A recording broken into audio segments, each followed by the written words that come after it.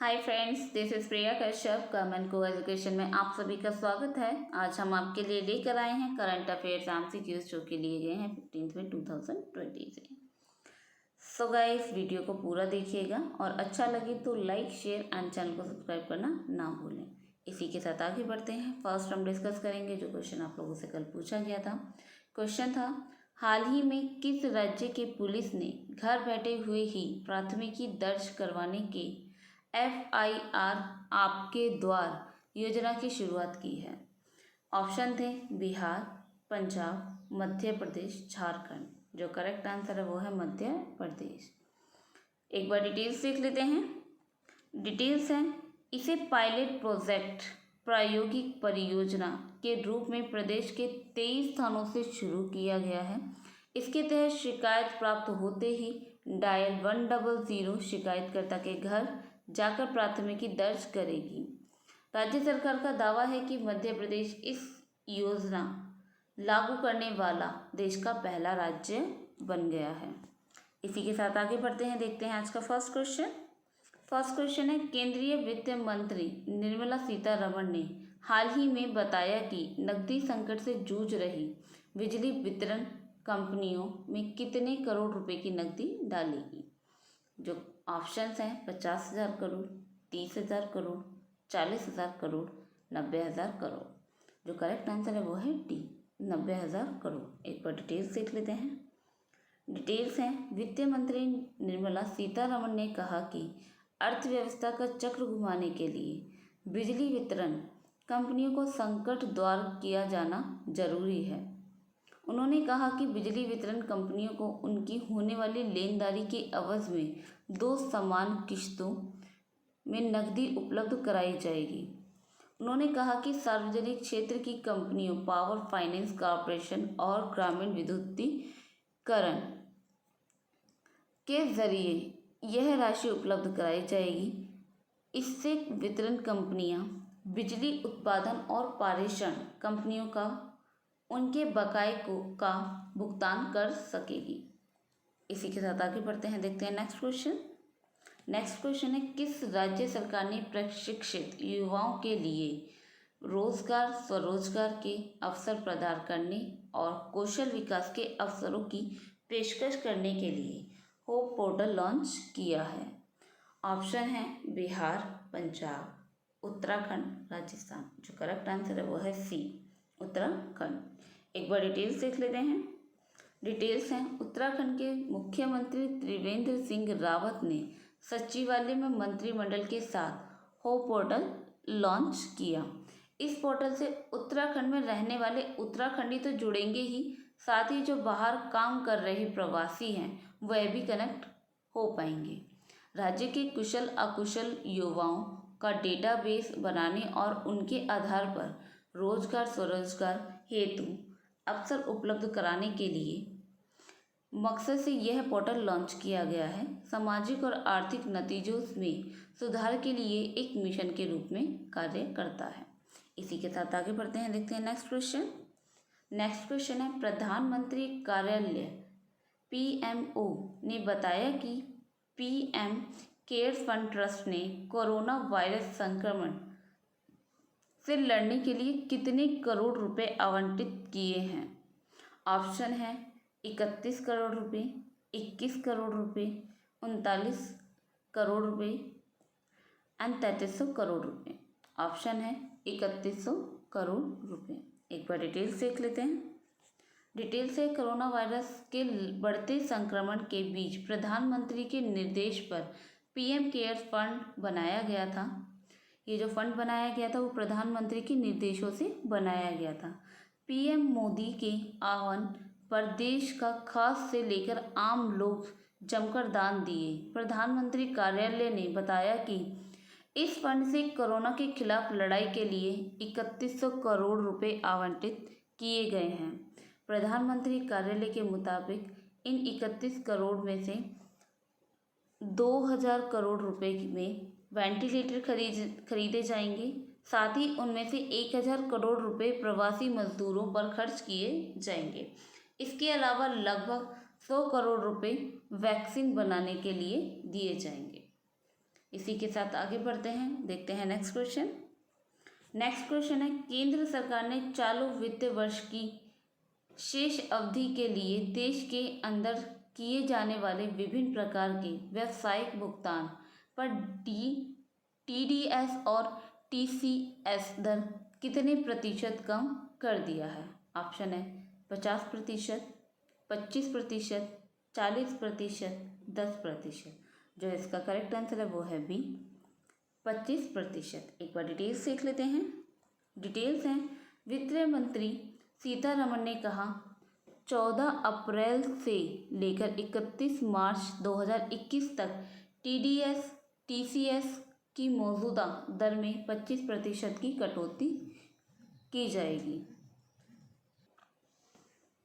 वित्त मंत्री सीतारमण ने कहा कि 14 अप्रैल 2020 से लेकर 31 मार्च 2021 तक टीडीएस टीसीएस की मौजूदा दर में 25% की कटौती की जाएगी।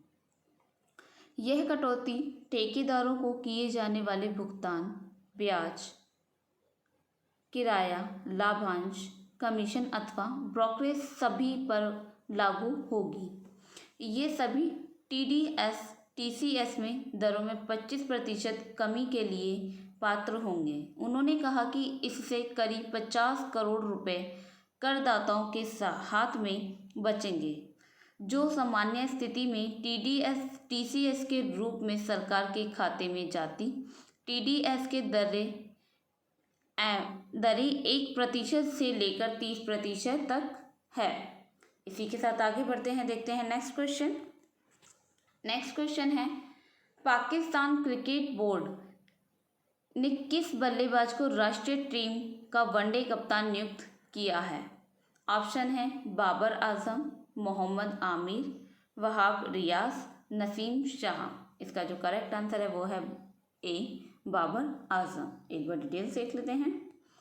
डिटेल्स हैं, पाकिस्तान क्रिकेट बोर्ड ने बल्लेबाज बाबर आजम को राष्ट्रीय टीम का वनडे कप्तान नियुक्त किया है। जो पाकिस्तान क्रिकेट बोर्ड है उसने एक वनडे बाबर आजम को राष्ट्रीय टीम का वनडे कप्तान नियुक्त किया है। बाबर आजम ने अभी तक खेले 26 टेस्ट मुकाबलों में 45.12 के औसत से 1850 रन बनाए। उन्होंने वनडे प्रारूप से 74 मुकाबलों में 54.17 के शानदार औसत से 3359 बना लिए हैं, जबकि T20 क्रिकेट में खेले 38 मुकाबलों में 50.72 की औसत से 1071 बनाए। इसी के साथ आगे बढ़ते हैं, देखते हैं नेक्स्ट क्वेश्चन। नेक्स्ट क्वेश्चन है, विश्व आर्थिक मंच WEF के वैश्विक ऊर्जा संक्रमण सूचकांक 2020 में भारत कितने स्थान पर पहुंच गया है? ऑप्शन है 74वें, 80, 92, 82। जो इसका करेक्ट आंसर है वो है ए, 74वें स्थान पे भारत पहुंच गया है। इसी के साथ देखते हैं इसकी डिटेल्स हैं, स्वीडन ने लगातार तीसरे साल एनर्जी ट्रांजिशन इंडेक्स में शीर्ष स्थान हासिल किया है। जो शीर्ष स्थान पर है वो स्वीडन लगातार तीसरे साल एनर्जी ट्रांजिशन इंडेक्स में शीर्ष स्थान पर है। और इसके बाद शीर्ष 3 स्विट्जरलैंड और फिनलैंड। स्वीडन के बाद स्विट्जरलैंड है, देन फिर फिनलैंड है।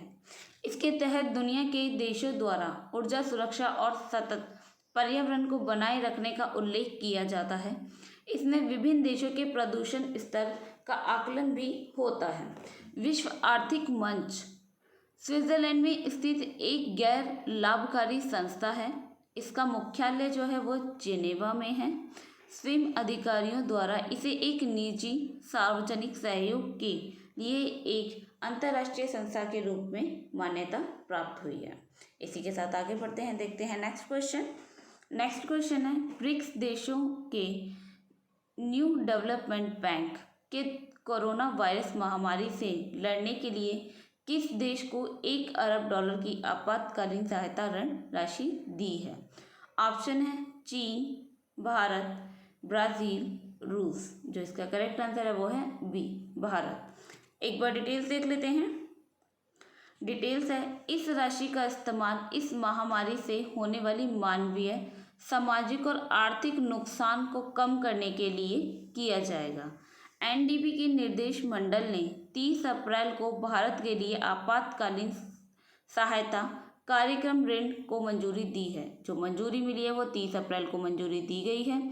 शंघाई स्थिति एनडीबी की स्थापना ब्रिक्स देशों ब्राज़ील, रूस, भारत, चीन, दक्षिण अफ्रीका ने 2014 में की थी। इस समय इनका नेतृत्व दिग्गज भारतीय बैंकर की कामत कर रहे हैं। इसी के साथ आगे बढ़ते हैं, देखते हैं नेक्स्ट क्वेश्चन। नेक्स्ट क्वेश्चन है, किस राज्य सरकार ने कोरोना के खिलाफ लड़ाई में 30 दिनों तक अपनी सेवा देने वाले सभी पुलिस कर्मियों को कर्मवीर पदक से सम्मानित करने का फैसला लिया है? ऑप्शन है मध्य प्रदेश, बिहार, झारखंड, तमिलनाडु, और इसका जो करेक्ट आंसर है वो है ए, मध्य प्रदेश। एक बार डिटेल्स देख लेते हैं। डिटेल्स है, मध्य प्रदेश में कोरोना के खिलाफ लड़ाई में 30 दिन तक अपनी सेवा देने वाले सभी पुलिस कर्मियों को 30 दिन तक का वर्क करने वाले सभी पुलिस कर्मियों को कर्मवीर पदक से सम्मानित किया जाएगा। वहीं मध्य प्रदेश में शहीद और अन्य मृतक पुलिस कर्मियों के परिवारों की समस्याओं को अब हेल्प डेस्क के माध्यम से हल किया जाएगा। इट मीन्स जो भी पुलिसकर्मी जो मृतक हैं, जिनकी मृत्यु हो गई है या जो शहीद हो चुके हैं, उनके परिवारों को जो भी समस्याओं का सामना करना पड़ रहा है, उनके लिए एक हेल्प डेस्क की स्थापना की गई है और उनकी जो समस्याएं हैं उसके माध्यम से सॉल्व की जाएंगी। भोपाल में पुलिस मुख्यालय में हेल्प डेस्क की स्थापना की गई है। जो हेल्प डेस्क की स्थापना की गई है वो मुख्यालय है उसका भोपाल में। राज्य की पुलिस FIR दर्ज करने के लिए शिकायतकर्ताओं के घर का दौरा करेगी। इसी के साथ आगे बढ़ते हैं, देखते हैं नेक्स्ट क्वेश्चन। नेक्स्ट क्वेश्चन है, किस सोशल मीडिया कंपनी ने स्थायी तौर पर अपने कर्मचारियों को वर्क फ्रॉम होम, घर से काम की इजाज़त दे दी है? ऑप्शन है Facebook, Twitter, LinkedIn, Instagram, and जो इसका करेक्ट आंसर है वो है बी, ट्विटर। एक बार डिटेल्स देख लेते हैं। डिटेल्स हैं, सोशल मीडिया कंपनी ट्विटर ने स्थायी तौर पर अपने कर्मचारियों को वर्क फ्रॉम होम की इजाज़त दे दी है। इट मीन जो ट्विटर के कर्मचारी हैं वो परमानेंटली जो वर्क करेंगे वो वर्क फ्रॉम होम रहेगा, वो अपने घर से ही वर्क करेंगे। सैन फ्रांसिस्को की इस कंपनी ने कोरोना महामारी फैलने के बाद सबसे पहले अपने कर्मचारियों को वर्क फ्रॉम होम करने की अनुमति दी। कोविड-19 से बचने का एकमात्र उपाय सोशल डिस्टेंसिंग ही है। जो कोविड-19 है उससे जो बचने का जो उपाय है वो सोशल डिस्टेंसिंग ही है, जिसे पूरे विश्व में सभी जानते हैं। इसे सबक लेते हुए ट्विटर ने अपने स्टाफ को हमेशा के लिए ही घर से काम करने का ऑप्शन दे दिया है। इट मीन्स जो भी स्टाफ है ट्विटर का वो अब हमेशा के लिए घर से ही काम करेगा। अब ट्विटर के कर्मचारी कोरोना काल के खत्म होने के बाद भी घर से ही काम कर सकेंगे। इसी के साथ आगे बढ़ते हैं, देखते हैं नेक्स्ट क्वेश्चन। नेक्स्ट है, किस राज्य के मुख्यमंत्री ने कहा कि किसानों को लाभान्वित करने के एकमात्र उद्देश्य के साथ राज्य में विनियामक कृषि की खेती करने का निर्णय लिया गया है? ऑप्शन है ए, तेलंगाना, बिहार, दिल्ली, असम। और ये था हमारा आज का लास्ट क्वेश्चन, और इस क्वेश्चन को सभी कमेंट बॉक्स में अटेंड करेंगे और इसका जो आंसर है हम नेक्स्ट वीडियो में अपनी डिस्कस करेंगे। सो गाइस, वीडियो को पूरा देखने के लिए धन्यवाद, और वीडियो अच्छा लगे तो please like, share and channel को सब्सक्राइब करना ना भूलें।